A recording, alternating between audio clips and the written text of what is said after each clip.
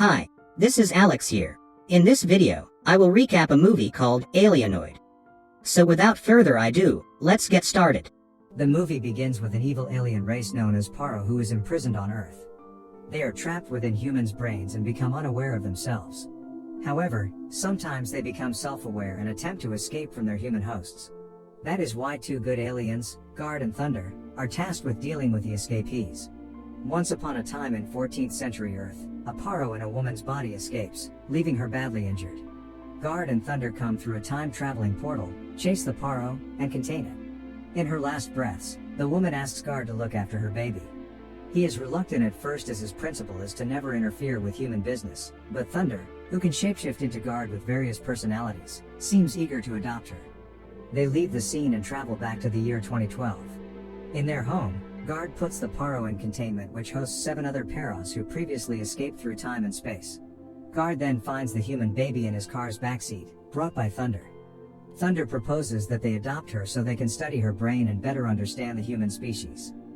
Back in 1391, a dosa, or magician, called Muruk, makes a living by being a bounty hunter. He owns an enchanted fan that can control the wind and produces 2 shape-shifting creatures and some weapons. The creatures take the shape of cats, but Muruk can transform them into humans that serve him. After collecting rewards for capturing 3 thieves, he plans to search for a mysterious blade called the Divine Blade, which offers a big reward. He goes to Dog Turd, his father who is in prison, who tells him that it was found some time ago in a river. It has a strange diamond carved into it which cannot be separated.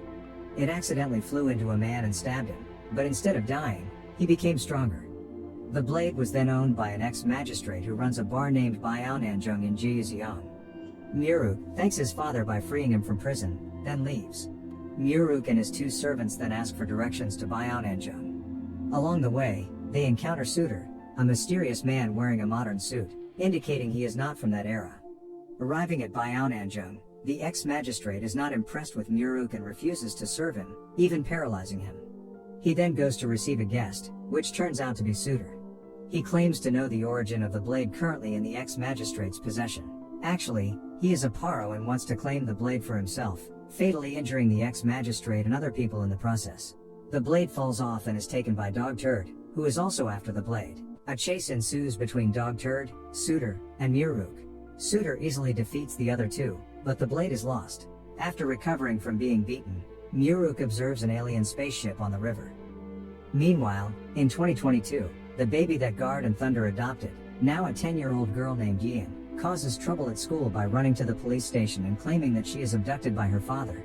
She admits that she remembered being abducted, her father has been messing with her mind, and he has a droid assistant named Thunder. But he does not provide elaboration and waits for Yian to finish her classes. He is greeted by an aunt of Yian's friend who is clearly attracted to him, but he only reacts coldly. Yian exits the school building, and they drive home. Unbeknownst to Guard, she hides an old phone on the car seat so she can collect further proof that Guard is talking to Thunder or doing secret alien stuff behind her. After she leaves the car, she overhears Guard and Thunder begin talking about implantation in 18 hours. In the evening, when Guard is away, Yian goes back to the car to take her phone. However, the car automatically forbids her from touching a suspicious equipment box, causing Thunder to expose himself. Thunder warmly welcomes her and explains his and Guard's origins. He also realizes that Yian has learned about the implantation mission and tells her to forget it. Before Yian can ask any more questions, Thunder urges her to get out of the car because Guard is coming. Outside of the car, Yian can still hear Thunder telling Guard that the implantation will happen tomorrow at Jizan Hospital. The next day, Yian makes her way to the hospital. She encounters Moondu Sok, a police detective. Then, a strange cloud appears in the sky, catching everyone's attention. The cloud conceals an alien ship that ejects a black crystal to the hospital. The crystal emits a black substance piercing through everyone's body, including Moondu Sok's. Yian attempts to escape, then she locks eyes with Guard. Guard is confused to meet Yian, but she quickly runs away. After getting corrupted with the black substance, the humans continue their day as if nothing happened. Back to the past, 2 mages from Samgaksan, Hyukseal, and Chongwon, aim to sell magical antiques to Jang, the leader of the Millbone Temple. Jang does not seem impressed with the items they offer, but when he learns that the mages know about the Divine Blade, he wants to work with them to find the blade. Meanwhile, Muruk finds Suitor's crib, finding images of aliens and the Divine Blade, the mysterious blade they are all looking for. Muruk disguises himself as a groom on his way to marry his bride, believing the blade is hidden somewhere between the wedding gifts. He discovers his bride has a modern pistol, indicating she is from the future. She offers him a drink, which he accepts, but then he quickly runs to the storage room to look for the blade. Jang and the Samguk mages then arrive and siege the house, also looking for the blade. Muruk suddenly becomes weak, realizing he has been poisoned by the bride, who is also a pretender. Meanwhile, she prepares to claim the blade and face Jang and the mages, but she is defeated and is taken hostage in the Millbone Temple. Muruk secretly retrieves the bride's pistol before she is taken away. Back in 2022, Yian runs away from home to her friend. Guard assigns Thunder to bring Yian home. At home, Yian demands her questions about them be answered. Guard and Thunder then explain to her that they imprison Paro in humans' minds with the hopes that if the human dies, the Paro dies too. If a Paro escapes, their job is to deal with it. They never interfere in human matters except for adopting Yian, because if she is left behind, she would have died as a baby. Moon Do-sok acts weird during his work, becoming more violent. The Paro prisoner inside him is taking control and wants to break free. A Paro ship arrives on Earth, on a mission to release Moon Do-sok from his Paro. Guard and Thunder quickly leave to find Moon Do-sok and intercept the Paro while Yian insists to tag along with them. A chase ensues between Moon Do-sok, the Paro, and Guard. Turns out the prisoner inside Moon Do-sok is called Controller, a powerful Paro. He can be released if Moon Do-sok is stabbed by the Divine Blade. After successfully completing his mission, the Paro detonates himself, fatally injuring Guard. Thunder rushes to give Guard more life support, but Guard decides to continue chasing after Controller. They sneak into Controller's spaceship, learning that he plans to release Hava, bubbles that change the Earth's atmosphere to be suitable for them to exist without human hosts, but uninhabitable for humans. Their fight causes 2 Hava bubbles to break out, so they try their best to keep them from spreading. However, a bubble already bursts and causes many people to lose their breath. Yian is fortunately saved by Thunder, who sends Guard's car to drive her home. The mysterious gun-wielding bride turns out to be grown-up Yian, now trapped in the past, looking for Controller. Suitor and Jang, the Paro who are also trapped in the past, are also looking for Controller, who they believe has changed his host to a different human from Moon Do-sok. That is why they were after the blade and attempted to stab many people with it. Meanwhile, Muruk and his men disguise themselves to get into the Millbone Temple. The Divine Blade suddenly glows on its own, surprising everyone in the room.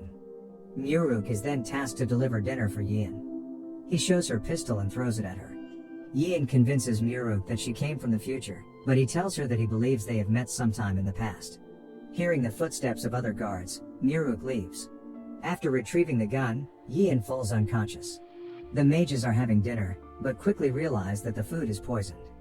They become paralyzed and not aware that Muruk is stealing the Divine Blade behind their backs. However, Muruk soon realizes that if the mage's food is poisoned, Yian's was poisoned too, and quickly leaves to save her with an elixir from the mages. He gives her the elixir, but Jang and his men surround them and kill them both. They are then put inside coffins to be buried and drowned. Back in 2022, Guard is determined to set Yian free so she is far from harm's way, while he finishes his mission to find Controller and stop the Hava spread. Thunder drives Yian away, but he realizes Yian truly wants to help Guard and that it might increase their chance of success, so they come back to help Guard. They chase after Jang, Suitor, and Controller to reclaim the Divine Blade and defeat them. Realizing that they have nowhere to run and to keep the Paro away from their spaceship, Guard opens the time-traveling portal to the 14th century, sending all of them to the past. Turns out the mages and Muruk, who was still a little kid, saw the portal open. The fight between Guard, Thunder, and Yian against the Paro continues. Guard fights Controller until his limb breaks and disintegrates, then Yian shoots Controller with a pistol she hides in her backpack. Now that his host's body is badly damaged, Controller needs to find a new host to ensure his survival. Meanwhile, Yian falls to the river along with the blade. She swims to the surface and is found by Muruk, who helps her search for the blade. Muruk could not find it, but he was able to retrieve her backpack. The older Muruk and Yian then realize that they have met before, then regain their consciousness and escape from their coffins. Yian shoots her way out of the coffin and searches the temple to retrieve the blade while facing Jang and Suitor. The mages help her to fight against the Paro using their antique magical items.